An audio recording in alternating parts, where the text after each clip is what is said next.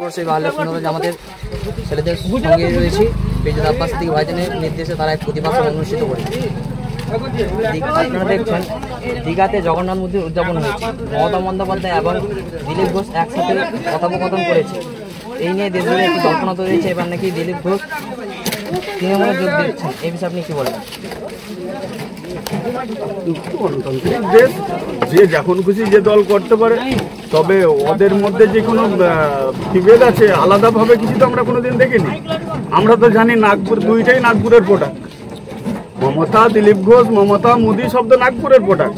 এতে অবাক হওয়ার কিছু নেই। তো আমরা ওটালে অবাক হয়নি। ওটা সোশ্যাল মিডিয়ায় ভাইরাল হয়েছে, কিন্তু গোপনে তো বহু মিটিং সেটিং চলে। ওটালে কিছু আমরা মাইন্ড করিনি। আমরা জানি ওরা কোথাকার প্রোডাক্ট। দেশে আর একটু জল্পনা তৈরি হয়েছে, নন্দীগ্রাম নাকি শুভেন্দুর বিরুদ্ধে প্রার্থী হবেন দিলীপ ঘোষ। এই বিষয়ে আপনি কি বলেন? নাটক, আবার বাংলার মানুষকে বোকা বানাবার চেষ্টা চলছে। যে দিলীপ ঘোষ সবসময় মমতা বন্দ্যোপাধ্যায়ের বিরুদ্ধে কথা বলে আসেন এবং মুসলমানদের উস্কানিমূলক কথা বলে আসেন, সেই দিলীপ ঘোষ এখন মমতা বন্দ্যোপাধ্যায়ের পক্ষ নিয়ে কথা বলছে এবং সাম্প্রদায়িকের কথা বলছে এবং তিনি নিজেই বিজেপির বিরুদ্ধে কথা বলছেন। এই বিষয়ে আপনি কি বলেন? বাবুল সুপ্রিয়কে চিনেন? বিজেপির মন্ত্রী ছিল, তিনি এখন কোথায়? তৃণমূলে।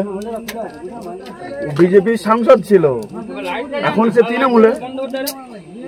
এটা নিয়ে কিছু কোনো ব্যাপার নয় তো। সবই কি বললাম, ও বাবুল সুপ্রিয় হচ্ছে ইমাম রশিদির ছেলেকে খুন করেছে ওর নেতৃত্বে।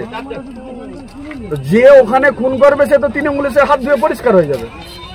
এটা নিয়ে কোনো ভাবার কিছু নেই।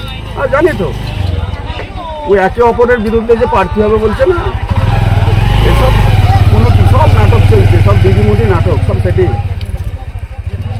আবার রাজ্যে হয় তৃণমূল নাহলে বিজেপি থাকবে, সেই পরিকল্পনাই চলছে। সেই রকম ভাবে মুসলিম সম্প্রদায়ের মানুষদেরকে আবার বোকা বানাবে, সেই প্রচেষ্টা চলছে। আর কিছু নেই। আপনারা নিশ্চয়ই দেখেছেন বিজেপি শাসিত রাজ্যগুলি যেমন দিল্লি, গুজরাট এবং এই রাজ্যগুলিতে বাঙালি দেখে দেখে মারা হচ্ছে এবং তাদেরকে বাংলাদেশে তকমা লাগানো হচ্ছে। এই বিষয়ে আপনি কি বলবেন? এ বিষয়ে কি বলবো? আমাদের রাজ্যের রাজ্য সরকার অযোগ্য সরকার, রাজ্যবাসীকে কাজ দিতে পারেনি। এই রাজ্যের পরিযায়ী শ্রমিক তারা অন্য অন্য রাজ্যে যে কাজ করছে, তাদের সংসার চালাবার জন্য, তাদের রোজগারের জন্য তারা গেছে অন্য অন্য রাজ্যে। যে কাশ্মীর ইস্যুটাকে কেন্দ্র করে আমাদের এই হিন্দু সম্প্রদায়ের কিছু ভাইরা যারা অবুঝ, যারা বুঝে না, তারা এরকম ভাবে আমাদের ছেলেদের উপরে অত্যাচার করছে। ধন্যবাদ। আমি এতক্ষণ কথা বলছিলাম প্রবাসী আহলে সুন্নাত জামাতের ছেলে